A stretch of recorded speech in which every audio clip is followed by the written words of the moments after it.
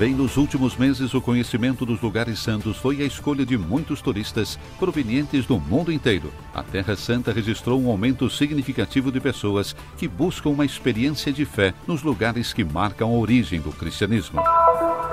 Uma peregrinação especial da França para a Terra Santa, com 45 pessoas que conheceram várias formas de pobreza e fragilidade. A história de Brigitte, cuja vida mudou depois de 3 anos passados na prisão. O vilarejo de Batir tem suas raízes na agricultura e na utilização do mais antigo sistema de irrigação do mundo. Faz parte do elenco dos Sítios da Humanidade Unesco. Naela Azan, pesquisadora sobre o folclore palestino, explica que as músicas por ocasião dos casamentos se tornaram um espelho que reflete os hábitos e as tradições da sociedade palestina e que, ao mesmo tempo, desvenda suas mudanças. Há 70 anos do seu descobrimento, Qumran segue sendo um dos sítios arqueológicos mais intrigantes. Um volume recém-impresso reconstrói uma parte até hoje inédita da Gruta 11, dando uma nova contribuição para o descobrimento de seus tesouros.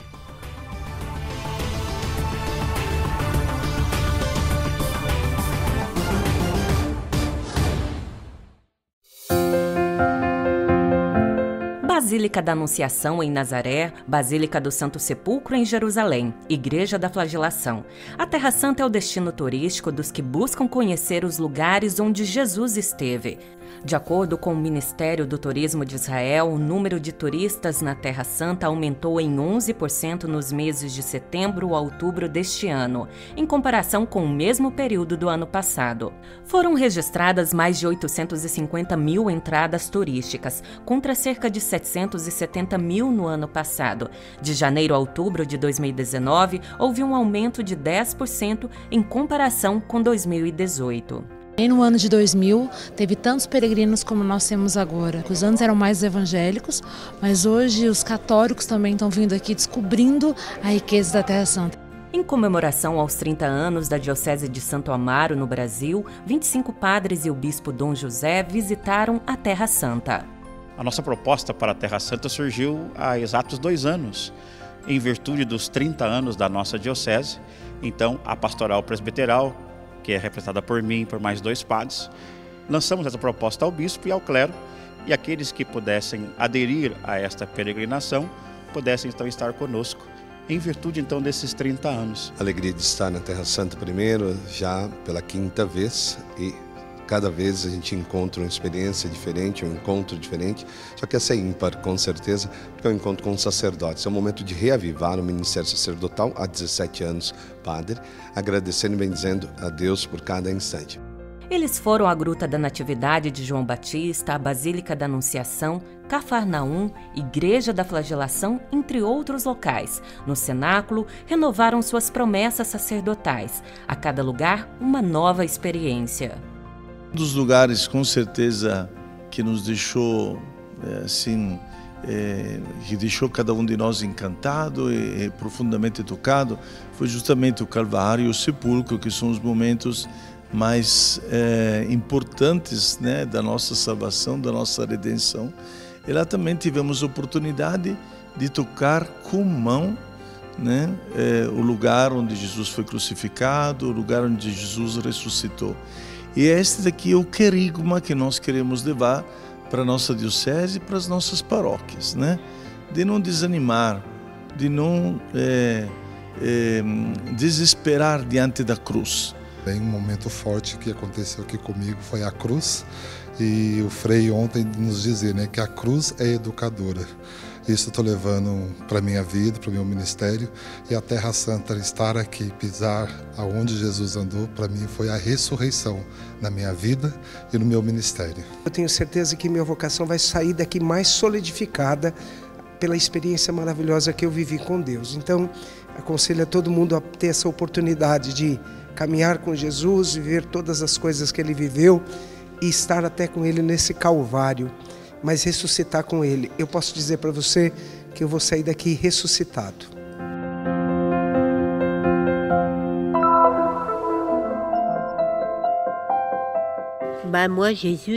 Encontrei Jesus na cadeia. Ele veio bater a porta da minha cela e depois disso tudo veio aos poucos. Brigitte chegou da França à Terra Santa. Ela conta que sua vida mudou depois de 3 anos passados na prisão. Aos poucos fui me fazendo algumas perguntas. Onde estava Deus quando eu era mais jovem? Onde estava Deus quando eu estava nas trevas? Entendi que inclusive nas trevas mais pretas há sempre uma luz e que Deus estava ali para estender sua mão até mim. Ela participa de uma peregrinação junto com 45 pessoas que, como ela, conheceram várias formas de pobreza e fraquezas. Há quem mora na rua, quem foi afastado da sua família quando criança por causa da grande pobreza na família. Para mim, Deus não é simplesmente uma palavra. Para mim, Deus é um companheiro. Essa peregrinação me ajudará a derrubar todos os muros que estão ao meu redor, sejam eles muros físicos ou aqueles que temos dentro de nós. Todos os muros do ódio, da indiferença, do racismo, e nos ajudará a continuar no nosso caminho. Quem guia o grupo é Frei Frédéric Marie, franciscano de Paris. Ele está frequentando um doutorado de pesquisa onde estuda como os pobres leem o Evangelho. Ele os define o tesouro da igreja. Essas pessoas não veem os lugares de modo, se assim podemos dizer, afastado, mas dizem simplesmente, aqui ocorreu esse episódio, ali o outro. Mas sentem no seu coração que a história que lemos aqui é uma história em que eles têm um papel específico e que essa história diz respeito profundamente a eles, dizem respeito à sua vida, a seu dia a dia. Organizada pela rede de associações Réseau-Laurent e coordenada pela Caritas francesa, essa viagem não é de graça. Parte dos custos, pago pessoalmente, corresponde a aproximadamente um pacote de cigarro por mês. Portanto, a quem está poupando há 2 anos para vir um grupo de 15 pessoas cuidou de uma complexa fase de preparação.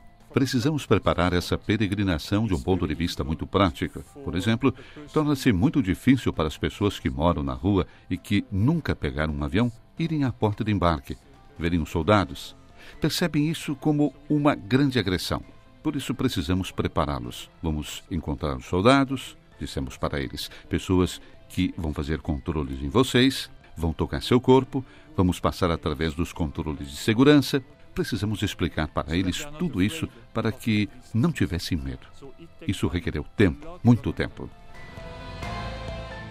Também a abordagem com os lugares santos é muito diferente e lenta. Enquanto o evangelho é lido, cada um atua no papel de um personagem e logo compartilha reflexões e emoções com o grupo. Paê interpreta o paralítico curado por Jesus na piscina de Betesda, dentro dos muros de Jerusalém. Escolhi esse papel pois eu também fiquei paralisada durante um tempo. Menos de 1 ano atrás, fiquei na cama por 4 meses em decorrência de um acidente de carro. Portanto, hoje voltei com minha mente para aqueles momentos, pois eu também fui libertada. Graças à passagem de Jesus pela nossa terra, os enfermos ficam salvos. O projeto de vir a Jerusalém surgiu antes do acidente e é precisamente isso que falei para mim. É preciso eu ir para Jerusalém. É preciso eu me levantar novamente. Je me suis dit dans la tête, il faut que j'y aille à Jérusalem, il faut que je me mette debout sur ce lit.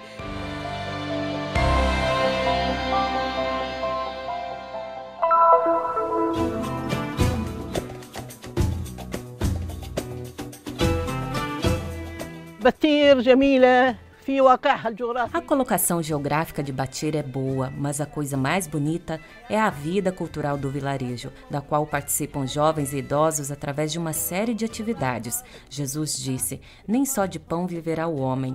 O povo de Batir sempre se nutriu, se assim podemos dizer, de tradições especiais e de hábitos.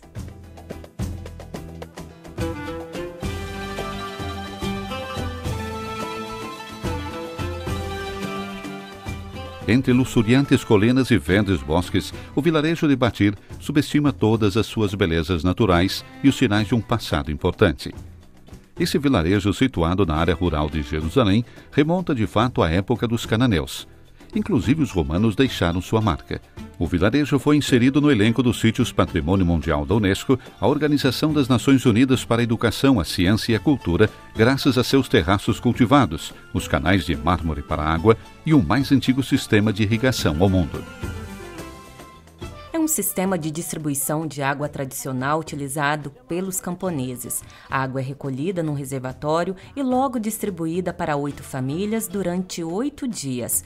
Todo dia, uma família pode utilizá-la para irrigar seu terreno. Naquele dia, o chefe da família, que conhece a parcela que cabe à sua família, mede o nível da água no reservatório por meio de um antigo instrumento chamado almadoude, uma tala utilizada precisamente para registrar o nível da água no reservatório antes que ela seja distribuída para os agricultores. O chefe da família mede a quantidade total da água, logo faz um sinal na tala para apontar a metade dessa quantidade e divide ambas as metades em 4. Ahmed Muammar, agricultor, utiliza um método de irrigação muito antigo que facilita o abastecimento de água para sua terra. Herdou esse sistema de seus antepassados. Através de canais de mármore, a água alcança um vale profundo, onde uma linha ferroviária construída durante o período otomano liga Jerusalém a Jaffa. Essa linha ferroviária corre ao longo da linha de divisão entre West Bank e Israel, estabelecida em 1949.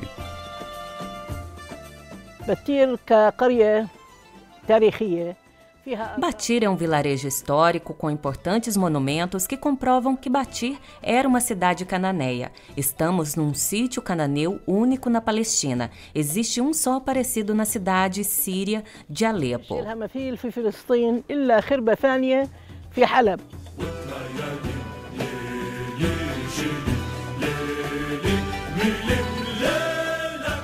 Queremos que nosso vilarejo preserve suas características e peculiaridades. Antes de mais nada, queremos ficar numa terra de camponeses e donos da terra, irrigando nossos cultivos com esse sistema de irrigação tradicional. O nome Batir significa Casa dos Pássaros. No entanto, não é apenas uma meta para os pássaros. Tornou-se um lugar onde os pesquisadores e os apaixonados pelas antiguidades podem explorar sua história, andar pelos seus pontos mais característicos e aproveitar sua linda paisagem.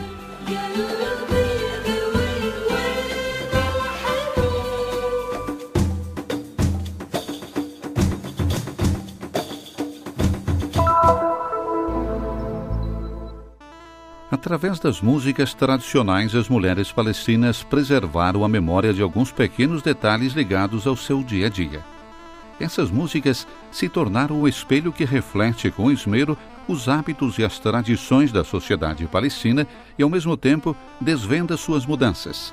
Pode-se ver claramente isso através das músicas que dizem respeito ao casamento.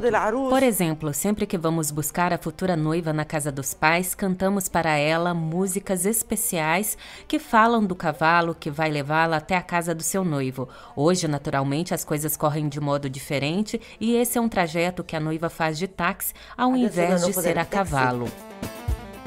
A respeito da cerimônia do Tishlaie da noiva, um dos mais importantes rituais do casamento, Nailah Azam, explica que a palavra Tishlaie significa sair, aparecer, emergir. O rito do Tishlaie ocorre quando a noiva aparece diante de seu noivo pela primeira vez.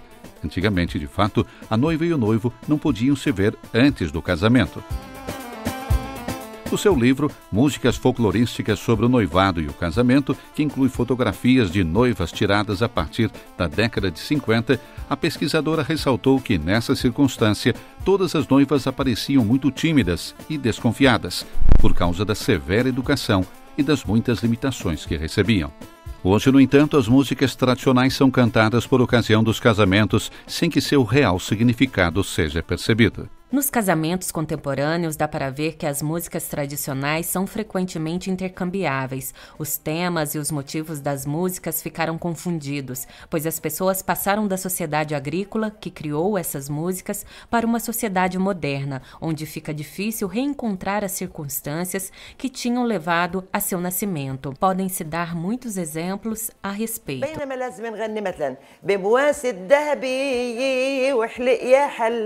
Nailah Azam sublinha a importância de se preservar essa herança cultural para se preservar a identidade nacional palestina.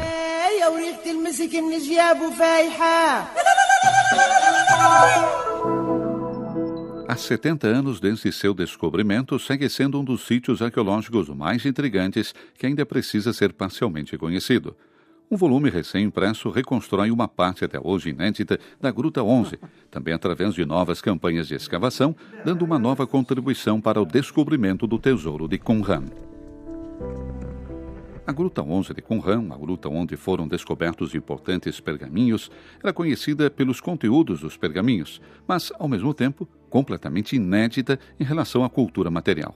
Foram descobertos o pergaminho do templo, que é o mais comprido entre os pergaminhos do Mar Morto, o pergaminho dos Salmos, o Paleolítico, o pergaminho de Jacó.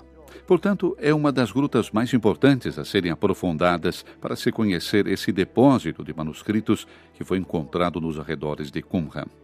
Como os manuscritos não contam a história de sua colocação, é a cultura material que nos pode falar algo a respeito.